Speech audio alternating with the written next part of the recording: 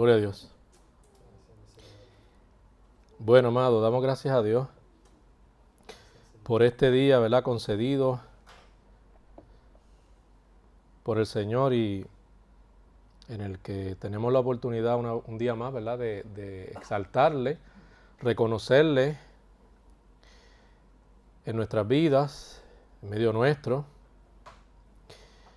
la oportunidad de juntos clamar, juntos glorificar su nombre, como también la oportunidad que se nos concede de juntos animarnos, ¿verdad? Los unos a los otros. Así que también hemos tenido la oportunidad de orar unos por otros, conocer quizás ciertas peticiones que algunos hermanos puedan tener y darnos así la oportunidad de poder ministrar de parte del Señor a ellos, ¿verdad? Según esas necesidades. Sintámonos más que privilegiados de que Dios nos haya hecho partícipes de tan maravilloso propósito, ¿verdad? De tan honorable propósito, amado. Quien sirve al Señor, amado, quien sirve al Señor, ciertamente ha sido privilegiado y en gran medida bendecido. Así es que la actividad suya como cristiano, su actividad, orar, predicar, que le llene de mucha satisfacción, porque siempre y cuando lo haga entendiendo que es una oportunidad de honrar a Cristo. Así que eso es lo que queremos hacer, honrar al que honra se merece, y quien únicamente merece toda honra y toda gloria es el Señor. Bien, vamos a ir buscando en nuestras Biblias, en Segunda de Tesalonicenses, capítulo 3, del verso 1 en adelante.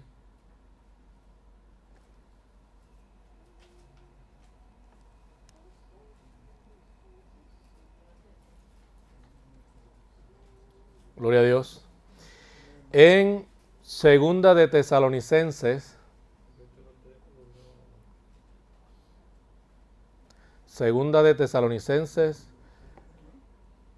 capítulo 3, a partir del verso 1.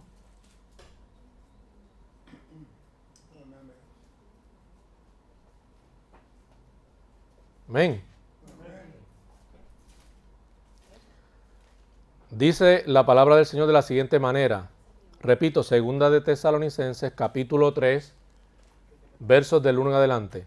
A partir del verso 1, leemos en la palabra del Señor: por lo demás, hermanos, orad por nosotros, para que la palabra del Señor corra y sea glorificada,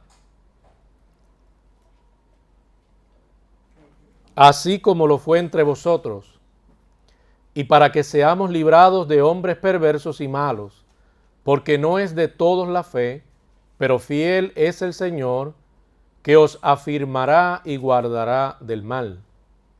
Y tenemos confianza respecto a vosotros en el Señor, en que hacéis y haréis lo que os hemos mandado, y el Señor encamine vuestros corazones al amor de Dios y a la paciencia de Cristo.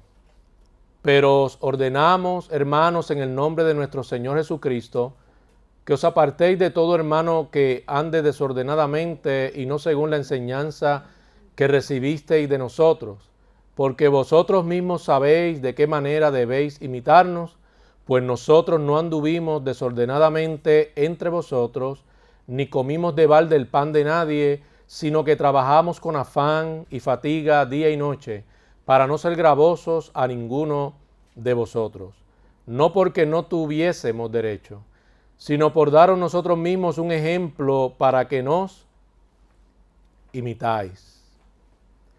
Padre, gracias por tu amor, por tu gran misericordia. Gracias por esta oportunidad que nos has dado en este día para poder exaltar tu nombre, traer a la consideración tus verdades, reflexionar sobre ellas, profundizar sobre estas, Señor, a fin de que podamos ser encaminados, dirigidos en todo momento según tu verdad, Trata con cada uno de nuestros corazones, Señor, y obra de tal manera que nos resulte difícil resistirnos a tu deseo. Que podamos entender, oh Dios, que hay bendición en hacer tu voluntad, independientemente tengamos que sufrir por causa de esa verdad. Dios, bendícenos y guárdanos. Habla de manera especial a cada uno de nosotros. Ministranos según tu propósito. En el nombre de Jesús, a quien damos gloria por la eternidad. Amén. Amén. La segunda venida de Cristo, hemos estado considerando, es más que una doctrina que deba examinarse, que deba estudiarse, que ciertamente debe hacerse. Es una verdad en la cual debemos nosotros procurar afirmar nuestras vidas cada día que pasa, a fin de que podamos ser mejores cristianos. Y cuando decimos mejores cristianos, entendiendo que esto será posible con la misma asistencia que nos provee nuestro Señor, a través de su Espíritu Santo, a través de la oportunidad concedida de reflexionar sobre la verdad, su verdad que nos ha revelado, como también mediante el compañerismo con otros hijos de Dios, con otros santos, que igualmente militan en la verdad y que también tienen ese deseo de seguir siendo transformados a la imagen de Cristo. Debemos, en cuanto a estas verdades relacionadas a la venida de Cristo, debemos creerlas, pero también debemos estar en la plena disposición de practicarlas. No solamente se trata de asentir con nuestra cabeza sobre una verdad que se expone, porque sencillamente usted está convencido de que eso es así, sino permitir que esa verdad afecte su vida, transformando su vida, deseando vivir de acuerdo a ella. Que toda su vida usted permita que sea moldeada por esa verdad. No solamente decir sí, amén. Eso es bueno, eso es importante, la afirmación sobre aquello que es cierto es importante. Pero más allá de un sí, amén, es que verdaderamente haya una verdadera sumisión, haya una verdadera entrega, una devoción genuina que brota de un corazón que realmente está agradecido porque ha experimentado la vida de Cristo que lo ha cambiado. Y porque, como Pablo mismo decía, debido a esa transformación, debido a ese acto glorioso, poderoso, a esa obra sobrenatural en nosotros nos sentimos deudores. Deudores porque sabemos que solamente el Señor puede transformar la vida nuestra. Y cuando decimos que la puede transformar, no es que todavía no necesite seguir siendo transformada, porque seguimos en un proceso, ¿verdad? Estamos continuamente bajo el escrutinio de Dios, pero Dios no solamente nos escudriña, sino que a su vez, consciente de nuestras necesidades, nos va supliendo y nos va proveyendo a través de su palabra predicada, a través de los estudios bíblicos, a través del consejo sabio, de la manera en la que otros Dios los ocupa para ministrar a nuestra vida también, ¿verdad? Nos va perfeccionando y nuestra vida sigue siendo cada vez más semejante a la de Jesús. Desafortunadamente, en el contexto en el que del que nos ocupamos, muchos creyentes en Tesalónica abusaban de la doctrina de la venida de Cristo. No hacían el mejor uso de esta doctrina, y esto debido quizá a conceptos errados que tenían. Y por eso en este capítulo vamos a encontrar una serie de admoniciones, de exhortaciones. Las admoniciones son consejos que tienen una peculiaridad. No son cualquier tipo de consejo. Es un consejo que tiene un objetivo bien definido: corregir. O sea, la intención del que da el consejo es esperar una corrección de parte de aquel que lo recibe. Obviamente Pablo es el que está hablando, pero nosotros debemos de mirar más allá de Pablo y entender que viene de ¿quién? De Dios mismo. Dios usa a Pablo como instrumento, simplemente para declarar aquello que es de su agrado, aquello que es conforme, ¿verdad? A su voluntad. Y cuando, amado, entiende una cosa, cuando Dios se dirige a nosotros y nos habla, Dios espera luego, aguarda por un cambio. No es simplemente que Él lo dice, sino que Él demanda. Él dice aquello, declara en nuestra vida aquello que debe ser, que es correcto. Y si nos corresponde a nosotros abandonar algo, Él espera que usted lo abandone. Cuando uno se resiste a lo que Dios declara que es su verdad y lo que espera en nuestra vida, eso es un acto de rebelión. Y todo acto de rebelión, en este caso, si uno es realmente salvo, no estamos aquí, no vamos a decir que la salvación está en juego y la va a perder, no es ese el caso. Si es salvo, no pierde la salvación, pero ciertamente si provocamos a Dios, Él nos disciplina. Nos corremos el riesgo de que seamos disciplinados por Dios. Y no es lo que deberíamos desear que pase. Al contrario, debemos manifestar esa intención de ser de ser obedientes al Señor. Amado, y la obediencia es para el bien nuestro. Es para el bien nuestro. No es un Dios que tiene ciertos caprichos. No, de esa manera no se puede ver esto, analizar esto. Es que Dios, más que nosotros, sabe qué realmente nosotros necesitamos. Y Él nos quiere dirigir a fin de que esas necesidades sean suplidas.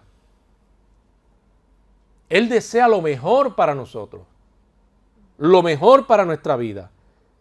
Y lo mejor para nuestra vida no es necesariamente lo que usted entiende e interpreta que es lo mejor para su vida.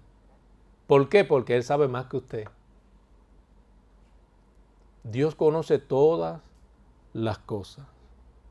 Desde antes que naciéramos, ya Dios nos estaba viendo. Imagínese usted, ¿cómo uno entrar en una discusión con Dios sobre quién sabe más? Amado, no se puede. Es necedad simplemente pensarlo. Dios sabe lo que nos conviene. Mire, amado, hay un término que se usa en la Biblia. Cuando somos justificados, declarados salvos. La justificación es solamente esta declaración que tiene que ver con esa posición legal, donde ahora tú te encuentras a la vista de Dios, Dios te ve como santo, pero no tiene un efecto transformador en sí. Se te declara justo. Ahora, la regeneración definitivamente sí transforma, porque hablamos de cómo ahora tú te conviertes en la habitación del Espíritu Santo. El Espíritu Santo viene y hace morada en ti y Él poderosamente va haciendo posible esa transformación y ese cambio gradualmente en la vida tuya. Pero hay un término precioso que es empleado para describir ahora en la posición que estamos y el tipo de relación que tenemos ahora con el Señor y la consecuencia de eso que ha acontecido por la justicia de Cristo, los privilegios que ahora se añaden, y es la adopción. Tú fuiste adoptado. Y ustedes saben que en un sentido legal, al menos casi siempre es así. Quien es adoptado pasa ¿a qué? A gozar de los mismos privilegios que cualquier hijo. Porque precisamente pasa a ser hecho ¿qué? Hijo. Y si hijo, tiene derecho a herencia, a los mismos cuidados que todo padre da a un hijo. Nosotros no éramos hijos, mas por la gracia del Señor, por la justicia de Cristo, por la suficiencia de Cristo, por su muerte en la cruz, por el perdón de nuestros pecados, pasamos a ser hechos hijos de Dios. Y ahora como hijos partícipes de esa gran herencia y de esas múltiples bendiciones que acompañan a quienes han sido declarados justos, a quienes han sido perdonados de todos sus pecados. Así que nosotros, amados, hemos pasado a ser hechos hijos de Dios. Dios ha garantizado estos privilegios. Dios ha garantizado sus cuidados. Dios ha garantizado su presencia permanente en nosotros, con nosotros. Eso es una garantía. O sea, eso no tiene manera en la que se pueda haber alterado en la vida de aquellos que han sido salvos. Eso será así. Por lo tanto, ¿cómo no tener uno la intención de obedecer, de agradar a Dios, de amar a Dios? Cuando uno sabe que Dios ha hecho tanto, ¿cómo no sentirse deudor cuando uno piensa en todas esas bendiciones que ninguno la alcanzó, sino que es algo que le fue concedido por el puro afecto de Dios? Cuando pensamos ser librado de la condenación eterna, de ese destino eterno, de dolor, sufrimiento y tormento, haber sido librado por la gracia del Señor. Amado, nuestros corazones deben rebosar de alegría, de paz, de contentamiento. Y estas cosas deben de ser más que suficientes, aunque otras pueden mencionarse, para sentirnos animados a hacer la tarea que Dios nos ha encomendado, como también siempre sentirnos animados, independientemente de las circunstancias, de glorificar, de exaltar su nombre. El mundo es cambiante, el mundo seguirá cambiando. El mundo seguirá adorando aquello que no es Dios. Y seguirán aconteciendo una serie de males en el mundo, pero nada de eso no debemos permitir que nos prive de nuestra libertad en Cristo para servirle, obedecerle y engrandecerle en todo momento. Dentro de las admoniciones prácticas,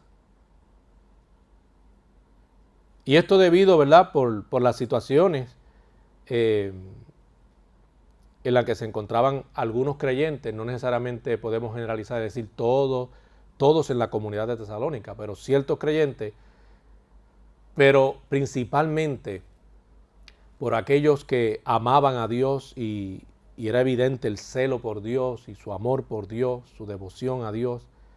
Pablo les dice que oren. Pero esta no es cualquier tipo de oración. Es una oración específica. Y al animarlos a orar, les exhorta a su vez que deberán ser pacientes.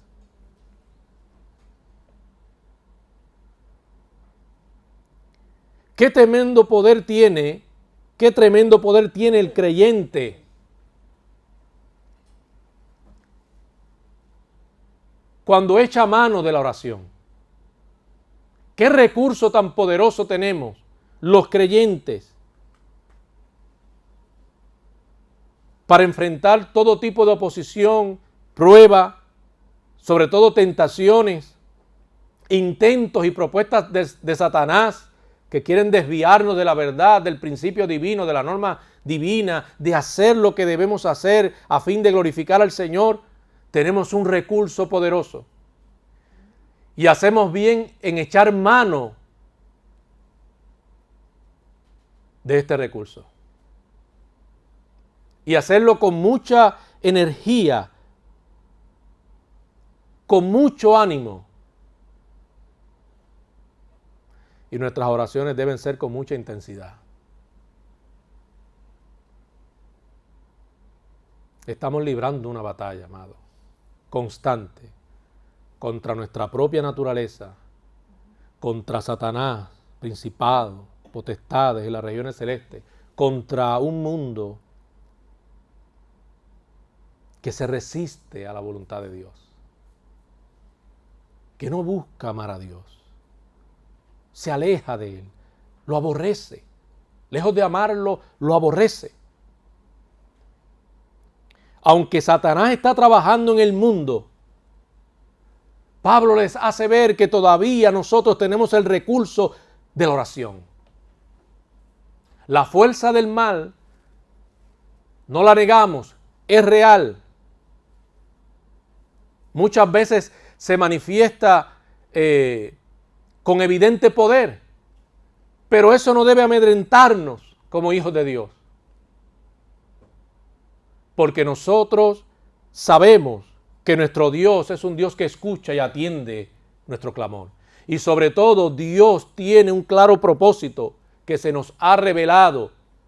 Dios tiene una intención, hay un deseo de parte de Dios de que los hombres sean salvos. Si Jesucristo declaró,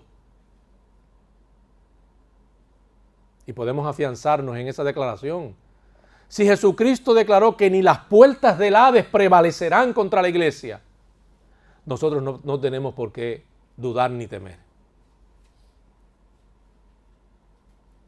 Y en medio de esa convulsión, en medio de la persecución, en medio de todo tipo de dificultad, podemos orar. Nuestras oraciones no están restringidas. No tenemos que acudir a un sacerdote para que entonces Dios nos pueda escuchar. No tenemos que doblarnos y nuestras rodillas colocarlas sobre guayo para que entonces seamos escuchados ante Dios, o asegurarnos que nuestra plegaria llegue al cielo. Ningún tipo de procesión, no hay nada que hacer, simplemente la Escritura declara que como hijo de Dios, ese es uno de los grandes privilegios que tenemos. Tenemos libre acceso al trono de Dios. Independientemente en la circunstancia en la que nos encontremos, tenemos libre acceso al trono del Altísimo, del Soberano Dios, el Dios de nuestras vidas. Y nuestro Dios es clemente y es misericordioso y es justo y es bondadoso y es poderoso. Clama a mí y yo te responderé, dice la palabra del Señor, y te enseñaré que cosas grandes y ocultas que ni siquiera tú conoces. Pero en medio de la desesperación y las luchas, claudicamos, dudamos. ¿Cómo Dios podrá entonces guiarnos y enseñarnos? Sentir que estamos siendo dirigidos si no creemos que Dios es capaz de revelarnos esa verdad que nos ha dado a conocer de una manera que podamos comprenderla más nítidamente, más claramente, como incluso persuadirnos de cualquier error. Nuestras vidas se ven afirmadas cuando nosotros mantenemos el hábito de la oración. Entendemos que la oración es un estilo de vida. Cuando hablamos de la vida cristiana, la oración tiene que considerarla un estilo de vida. No hay otra manera de verlo. Es un estilo de vida. No es algo mecánico, monótono. No es algo ritualista. Es espontáneo. Es sincero. Es algo que tiene que darse con toda sinceridad. Ser capaces de expresarnos ante su presencia, pero siempre procurando que lo que pidamos sea conforme a su voluntad, porque aun cuando tenemos la intención de orar, aún también en medio de la oración debemos en eso también procurar que agrademos a ¿quién? Al Señor. A Dios no nos podemos dirigir como nos dé la gana. No, amado, no. Hoy día, como ahorita decía el hermano Miguel, la reverencia es algo que se ha ido perdiendo. No, amado, no, tenemos que tener mucho cuidado. La reverencia es importante.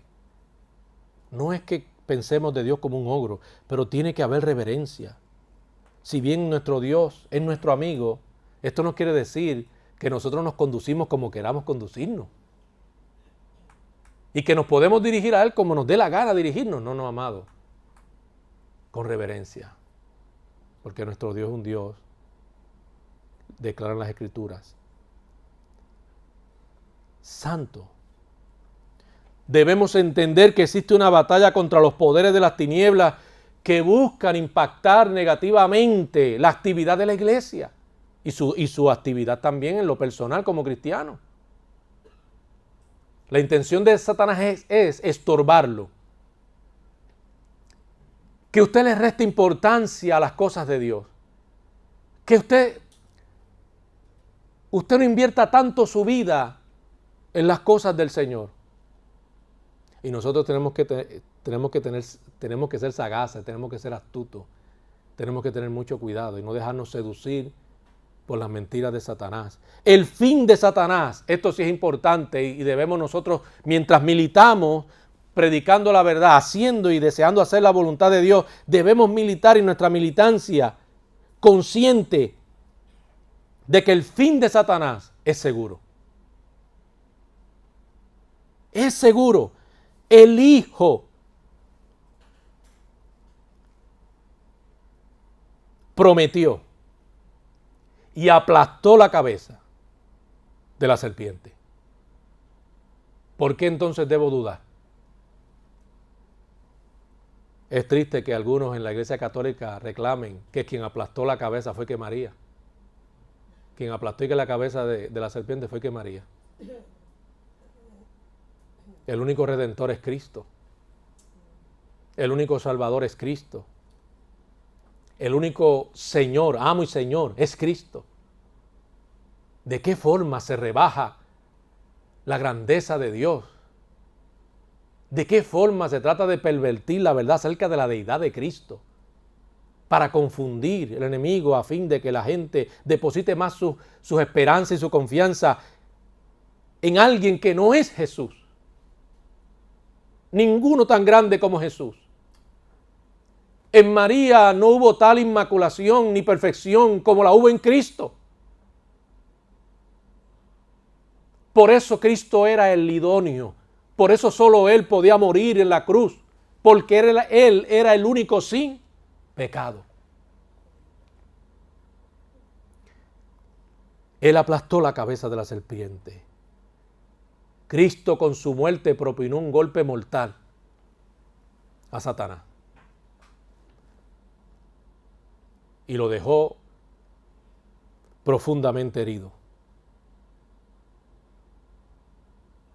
Para que entendamos y nos acordemos que eventualmente su fin es seguro. Si algo seguro tiene el diablo, es su fin. Ahí no hay nada más que buscar. Por eso, no minimizamos la fuerza del mal. Reconocemos la presencia de esas fuerzas del mal, pero tampoco las glorificamos. Tampoco las llevamos a un nivel en el que no están. Porque hay uno que es soberano. Hay uno que rige el mundo entero. Hay uno que declaró, mías son las almas. Y ese es Dios.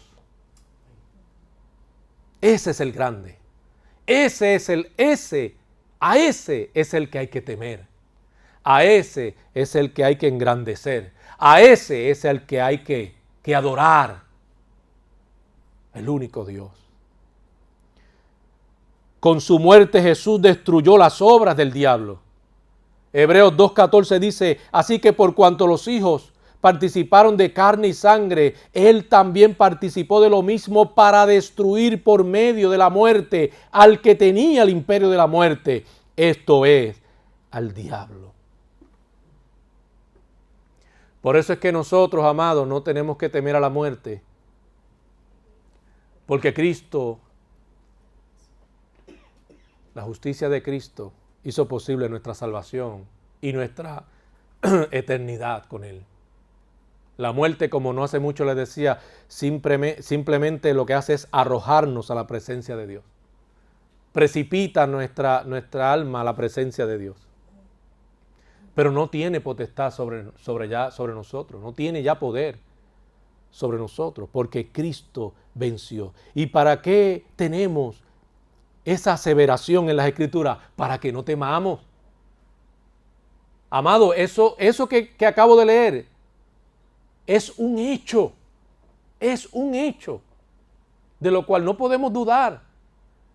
Por lo tanto, no temamos, sino que seamos firmes, no fluctuantes, seamos firmes, consistentes, perseverantes, haciendo la voluntad de Dios y procurar siempre honrar a Dios. No se preocupe. No se preocupe por aquel que ridiculiza el cristianismo, lo ridiculiza usted por creer en Dios. El tiempo en el que esa persona tendrá que enfrentar a Dios llegará. Usted predíquele la verdad, por si acaso puede ser librado del fuego eterno.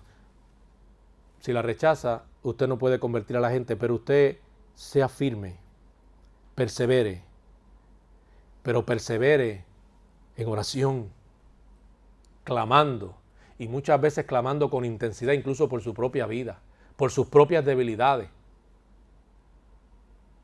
por su propia necesidad de Dios, que muchas veces es desesperante, más de lo que usted cree. A veces usted mismo no es capaz de darse cuenta de la necesidad espiritual que tiene tan grande. Quizás hace rato se ha alejado de Dios y está más frío que... y necesita que el Señor que avive su vida. Y Dios toma su palabra y mediante su espíritu hace posible ese avivamiento, que es esa manera de volverse otra vez a Dios con ese deseo ardiente de buscarle, de servirle, de hacer, ¿verdad? Precisamente su voluntad. El cielo y el infierno nunca pueden reconciliarse, ni la luz ni las tinieblas, ellas no pueden coexistir. Así tampoco Satanás y un alma santificada. Ningún salvo puede ser posesionado por Satanás, ni por ningún demonio. Que diga tal cosa es un mentiroso y un disparatero. No, simplemente no es posible. Al orar, amado, debemos hacerlo recordando 1 de Juan 4:4, que dice: hijitos, vosotros sois de Dios y los habéis vencido, porque mayor es el que está en vosotros. Usted sabe lo que sigue, ¿verdad? Que el que está en el mundo. Ore con esa comprensión, con esa mentalidad. Mayor es el que está con usted que el que está en el mundo. ¿Por qué? ¿Por qué debo temer? ¿Por qué esta preocupación me estoy permitiendo que me haga tanto daño? Y me lleve a este grado de ansiedad. Como si Dios no estuviera conmigo, como si me hubiera abandonado cuando yo sé que no es cierto. ¿Por qué temo a los hombres? ¿Por qué temo compartir la verdad del Señor ante los hombres? Si aún Dios permitiera que algo me hicieran, Dios ha vencido la muerte. Y aún mi muerte será un testimonio en aquel día cuando tengan que enfrentar ¿a quién? Al Señor. ¿O ustedes creen que la sangre de todos aquellos mártires no clama a Dios? Y en algún momento dado todo eso también es testimonio para cuando los pecadores sean juzgados. La palabra de Dios es viva. Hebreos 4:12 habla de lo poderosa que es la palabra, que es viva. Y precisamente la exhortación de Pablo respecto a la oración era principalmente que oraran para que la palabra, el evangelio, corriera sin tener estorbo. ¿Por qué? Bueno, porque sabemos que el propósito principal, la razón de ser de la iglesia, es que podamos comunicar esta verdad, porque Dios tiene el deseo de que las almas se salven. Y eso se vuelve una prioridad para nosotros. Esa es la prioridad. Y yo tengo que estar consciente de que, siendo esa la prioridad, debo proclamar, debo buscar maneras de facilitar que esa palabra siga ¿qué? Corriendo. Ahora, cuando uno considera estas cosas, ello sugiere que habían momentos en los que habían personas hostiles que trataban de impedir que fluyera. Y a veces creyentes mismos, inmaduros, lamentablemente también puede pasar. Iban a encontrar situaciones difíciles cuando estuvieran dispuestos a ¿qué? A evangelizar. No todo iba a ser fácil, pero como eso es algo que debemos esperar, no todo el mundo reacciona igual. Nosotros debemos entonces también hacer de este tipo de oración una prioridad, porque la encomienda es evangelizar a la gente. Pues entonces debemos hacer de este tipo de oración una prioridad. Siempre orar: Señor, permite que yo pueda testificar hoy, permite que la iglesia pueda testificar, permite que la palabra que fluya, llegue, impacte la vida de aquellos que tú sabes que han de ser que han de ser salvos.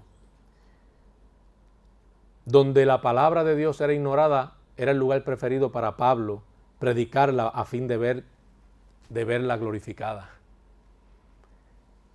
Y así debemos hacer nosotros, sobre todo enfocarnos en lugares quizás donde ha sido menos predicada o donde ha sido mal predicada también.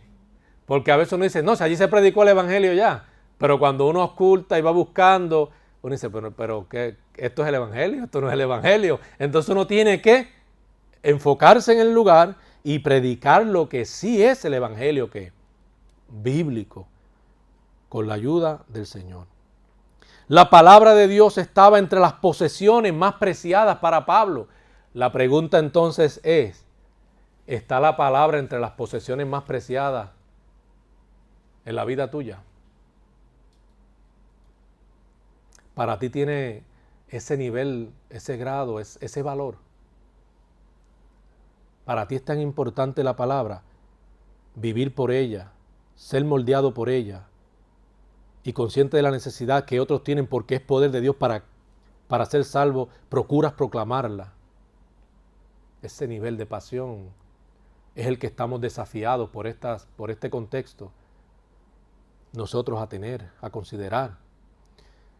¿Estamos nosotros glorificando la palabra de Dios? ¿Cuándo es glorificada la palabra de Dios? Cuando la compartimos. Cuando somos intencionales y estamos pensando y orando siempre: Señor, permíteme hablarle a alguien. Quiero llevarle esta literatura a alguien. Hoy quiero ser útil a alguien. Alguien no conoce el evangelio, o si conoció un evangelio, no es el evangelio bíblico. Yo quiero ser instrumento, yo quiero que me use. Estoy en la plena disposición de hacerlo. Pablo siempre estaba enfocando, buscando dónde había oportunidades, dónde estaba la necesidad de predicar el evangelio del Señor. Por eso era intencional. No esperaba simplemente que ocasionalmente Dios le diera quizá una oportunidad, alguien poniéndole el tema, llegando a la casa, sino que él era intencional. Él se mantenía, buscando a ver cómo llegaba a las personas a fin de compartirles una verdad tan importante. Los creyentes tienen que ser pacientes. Cuando esparcen la semilla, tienen que acompañar esa actividad evangelística con la oración. ¿Por qué? Porque, amado, esto es un proceso que a veces conlleva mucho tiempo y los frutos no se ven de inmediato. Por eso la consistencia, tiene que ser consistente, tiene que ser perseverante en cuanto a este tipo de labor. Fíjese que hay un caso particular en Mateo 24, donde se nos habla precisamente de un siervo malo. ¿Y por qué fue malo? Porque se impacientó. Llegó un momento en el que perdió la paciencia. Pero interesantemente hay una lección poderosa aquí que descubro de momento, porque a veces uno lee y lee, pero a veces, ¿verdad?, descubre otras cosas y otras veces descubre otras. Y es que, ¿cuál fue la consecuencia que tuvo la impaciencia? Lo hizo ser desobediente. O sea, miren si la paciencia es tan importante. La impaciencia nos puede llevar a nosotros a terminar desobedeciendo a Dios. Por eso a veces hay que mantener procurar mantener la calma, pedir dirección, ser dirigidos por el Señor a través de su palabra, a través de su verdad, por la confirmación también de su Espíritu a nuestra vida, para estar seguros que vamos a hacer las cosas de acuerdo a la voluntad de Dios de acuerdo a la voluntad de Dios, y que eventualmente al hacerlo así tendrá los resultados esperados. Pero este se había impacientado y dice que por haberse impacientado comenzó a golpear a su consiervo y aún a comer y a beber con los borrachos. Luego dice el 50, vendrá el Señor de aquel siervo en día que éste no espera y a la hora que no sabe, y lo castigará duramente y pondrá su parte con los hipócritas. Allí será el lloro y el crujir de dientes. O sea que en definitivas cuentas, donde haya amor debe haber paciencia y debe haber esperanza. No quiero decir con esto que los verdaderos cristianos no se impacienten nunca. Simplemente a lo que hacemos referencia es a que en todo momento estemos dominados por la impaciencia de tal manera que ésta nos lleve a desobedecer a Dios, a faltarle a Dios. A eso me refiero. Nos lleve a que nuestras vidas se vean descontroladas y terminamos haciendo cosas no bien pensadas, no habiendo reflexionado bien en el consejo bíblico o la verdad bíblica. Amados, terminamos pecando. Tenemos que tener mucho cuidado, ¿verdad? Porque queremos agradar ¿a quién? Agradar a Dios. Otro de los males que Pablo ataca era la bueno, ese término es un poco difícil, no lo voy a usar, la vagancia. No quiero usar la vagancia, pero el estar ocioso, holgazán, el ser holgazán, es más fácil así porque la otra se me traba la lengua.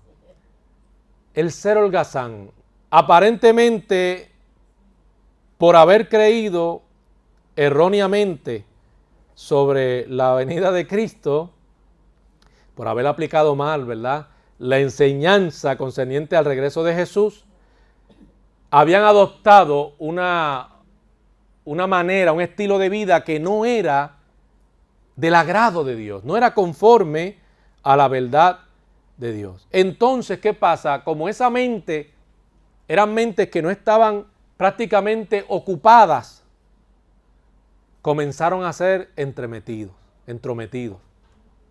chismosos, pendientes a la vida de todo el mundo y ver qué era lo último que acontecía, pero no dedicados a las cosas de Dios y no teniendo el cuidado, ¿verdad? Y no teniendo el cuidado.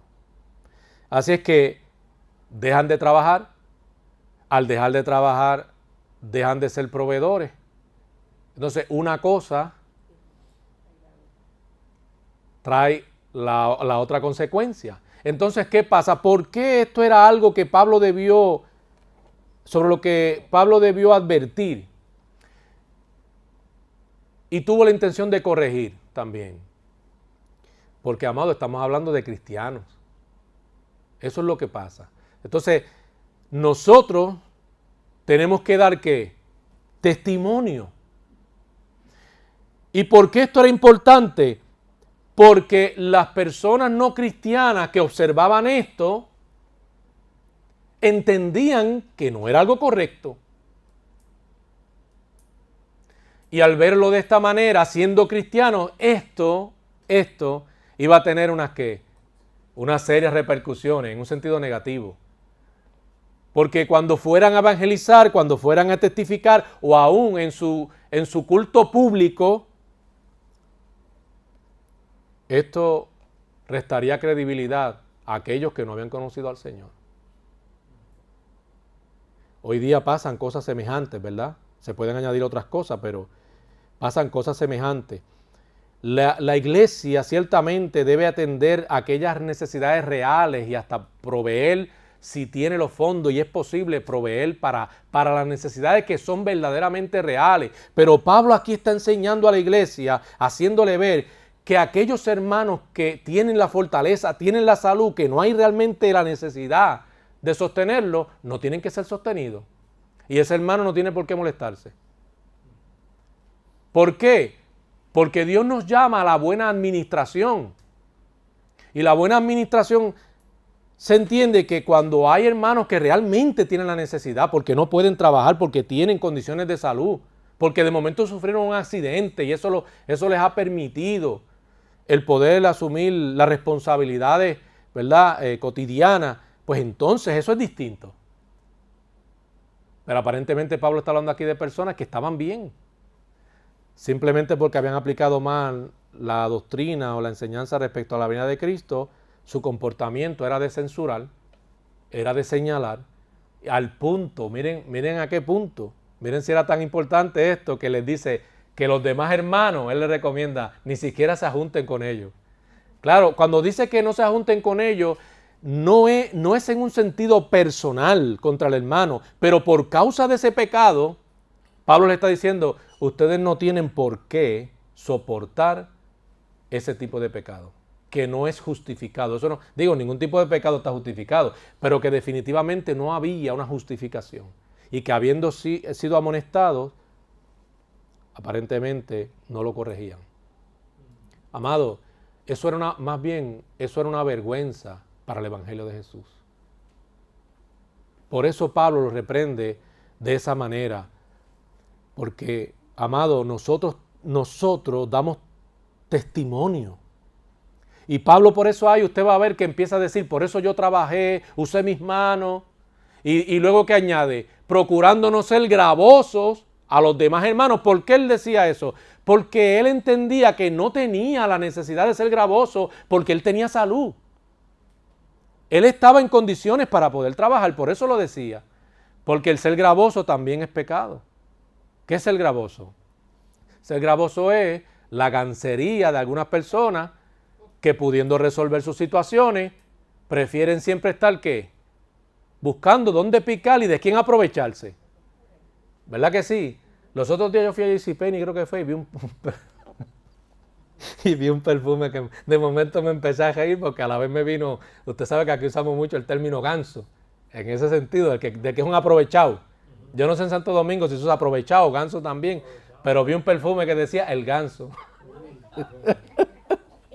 Y yo tenía eso en la mente, y yo andaba solo, y a mí la gente miraba, es que me ha dado un mal de risa yo solo. La gente decía, te está loco. Y es que a la vez en la mente tenía eso. Yo cuando veo el perfume, entonces yo bromeando, yo conmigo mismo digo, oye, ¿a quién yo le podré regalar ese perfume? ¿A quién yo le podré regalar ese perfumito? O sea, obviamente en broma. Pero déjame decirte. Pero ciertamente, amado, ciertamente es un tema importante porque estos eran caminos equivocados. Este era un rumbo opuesto a la voluntad de Dios. No era lo que Dios deseaba para sus hijos, no era la mejor representación de los valores del reino de Dios. Esos no lo eran. No eran la mejor representación. Entonces, el trabajo nosotros debemos verlo como una bendición. Aquel que lo tiene y el que no lo tiene, ore, que Dios se lo supla. Pero el trabajo, ciertamente, no es fácil. En la vida no hay nada, muchas cosas no son fáciles, pero es una bendición. Es una bendición que le permite a usted llevar el sustento a su casa. Le permite ser de bendición incluso a otros, incluyendo la obra de Dios. Le permite ser agradecido, le permite incluso ayudar a veces a otras personas. Así que si uno piensa en en generosidad, la generosidad parte de la premisa precisamente de la entrega de Cristo, la renuncia de Cristo mismo. Cristo renunció a todo y se entregó. No hay un acto más generoso y más bondadoso que el que Cristo hizo por nosotros. Partiendo de esa premisa, nosotros debemos entender que una de las maneras más extraordinarias de honrar a Cristo es siendo generoso. Y cuando Dios nos da un trabajo, nos permite dar y ser generoso con la obra y con otras personas. Y eso es una bendición, amado.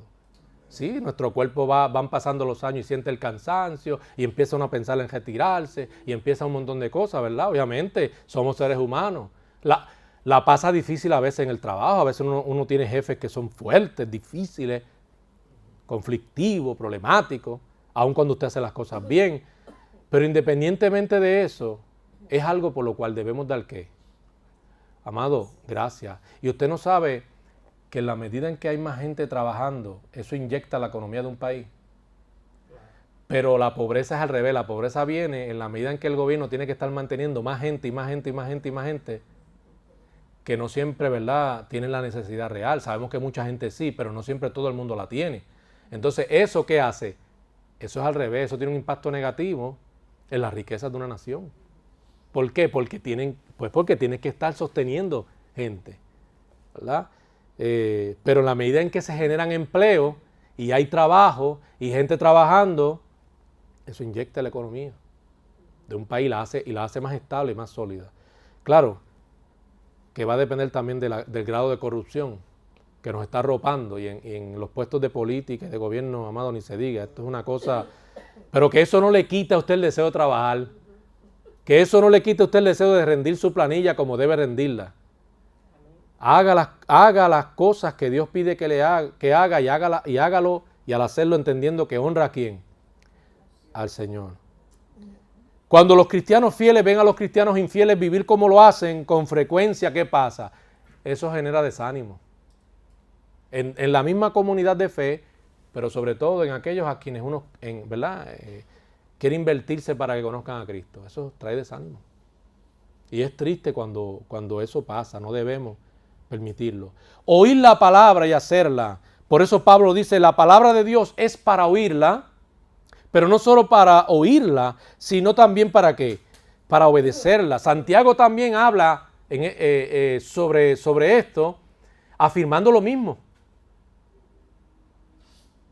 No solo sed oidores de la palabra, sino que, sino hacedores. Si cada cristiano obedeciera la palabra de Dios o procurara siempre obedecer esa palabra de Dios, definitivamente las consecuencias, miren cuáles serían. La iglesia sería más santa. Hablaríamos de una comunidad de fe más consagrada. Experimentarían de una manera poderosa la paz de Dios, pero sobre todo sería más eficaz en el testimonio de Cristo Jesús. Esto, amado, es sumamente importante, porque describe mucho de lo que fue la iglesia primitiva. La iglesia en sus comienzos tuvo ese nivel de devoción y de entrega, amado. Y por eso es que tuvo el impacto que tuvo. Aun cuando mataron muchos cristianos, no pudieron detener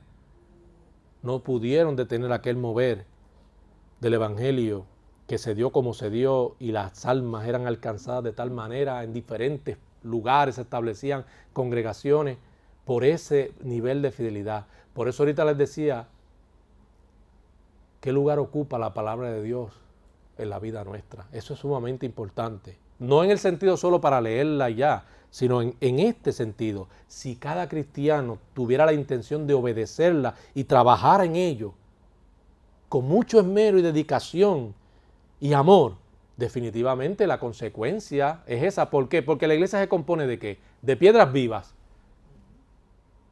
Cada uno, somos creyentes, cristianos. Si cada uno procuramos que sea así, ¿qué va a pasar? En la reunión, en la actividad de ese cuerpo, de esa congregación, pues claro, se refleja esa santidad y esa entrega de Cristo en lo personal.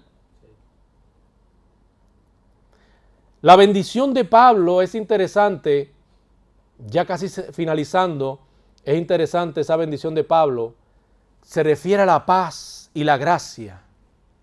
Y obviamente era algo que acostumbraba a hacer, porque si algo van a necesitar los cristianos, dado que Dios les garantizó que iban a sufrir persecución, era paz. Verdaderamente, amado, un mundo que convulsiona, la gente desesperada, las mismas situaciones personales, familiares, definitivamente uno necesita ¿qué? Si algo uno necesita es la paz de Cristo. Pero no olvidando que la paz de Cristo guarda relación con la obediencia a Cristo. No hay paz, no se puede experimentar la paz si somos desobedientes. Eso está bien relacionado, amado. Así que eso no lo olvide. Atravesaban gran tribulación, algunos habían muerto, algunos vivían, como lo hemos considerado, desordenadamente. Así que era importante que se aludiera a la paz, pero también a la gracia del Señor. Porque en la gracia de Cristo es que es como únicamente podemos nosotros lograr esos cambios tan necesarios y permanentes eventualmente en la vida de nosotros, así como el impacto que queremos tener en la vida de aquellos que no han conocido al Señor. Así es que podemos tener paz en nuestros corazones si nos sometemos a Cristo. En otras palabras, es lo que Pablo quiere transmitir como verdad. Si obedecemos a Cristo, vamos a tener paz. Si procuramos hacer la voluntad de Dios, vamos a tener paz. Esta paz viene de su presencia. El Señor dice, sea con todos vosotros. Este es el Dios de paz, dándonos la paz de Dios. Así es que Pablo añade todas estas cosas en esta carta y esta bendición de gracia también, lo cual era esa manera de concluir sus cartas. ¿Sabe por qué? Porque era una manera en la que los destinatarios podían corroborar que en definitiva era una carta verdaderamente suya. Eso era como una firma, no podía faltar. Así es que aparte de ser importante eso en la carta, de incluirlo, ser importante la paz y el tema de la gracia, era algo que acostumbraba a hacer para que tuvieran la certeza de que él había escrito esa carta y nadie fuera a pensar lo contrario. Así es que Pablo lo añade por esa razón. Pablo tiene el cuidado de asegurarles que su carta era auténtica. Ahora, cuando decimos Pablo envía esta carta con esta intención y considerando ese contexto a esta comunidad en Tesalónica, ¿acaso no habla también Dios a la vida nuestra en este tiempo? Al corazón de cada uno de nosotros. Para nosotros procurar tomar estas cosas y examinarnos a la luz de estas cosas que aquí se han presentado hoy. ¿Por qué? Porque nosotros queremos asegurarnos de que estamos haciendo la voluntad de Dios. Queremos asegurarnos que Dios nos está dirigiendo. Queremos estar seguros si no hay pecado en nuestra vida, si no hay algo en lo que le hemos faltado a Dios. ¿Por qué? Porque queremos que nuestra vida misma sea un testimonio vivo de lo que Cristo hace en la vida de todo aquel que se rinde a Él. Y porque no queremos ser estorbo, no queremos estorbar sus propósitos, no queremos que otros se resistan a creer en Cristo por causa de nuestro mal testimonio. Así que Dios, amado, nos ayude, nos fortalezca, que Dios tome esta palabra mediante su Espíritu y siga trabajando en la vida de cada uno de nosotros y nos siga ministrando el resto de la semana y el resto del mes y el resto del año, según el propósito de nuestro soberano Señor. Vamos a orar. Padre, gracias por tu amor, misericordia y bondad. Gracias por este día que has hecho, por tus bondades, por tantas bendiciones. Guarda y cuídanos. Mira, Dios, tu pueblo, cada uno de los hermanos. Sigue tratando con cada uno de nosotros. Sigue obrando en nuestras vidas según la necesidad que tú entiendes que tenemos. Sabemos que tú seguirás supliéndola y que tú seguirás formándonos a la imagen de Cristo. Ayúdanos a amar tu palabra. Ayúdanos a conducirnos de tal manera, Señor, que nuestros testimonios, Señor, sean impactantes en la vida de aquellos que no te han conocido para que vengan rendidos a tus pies.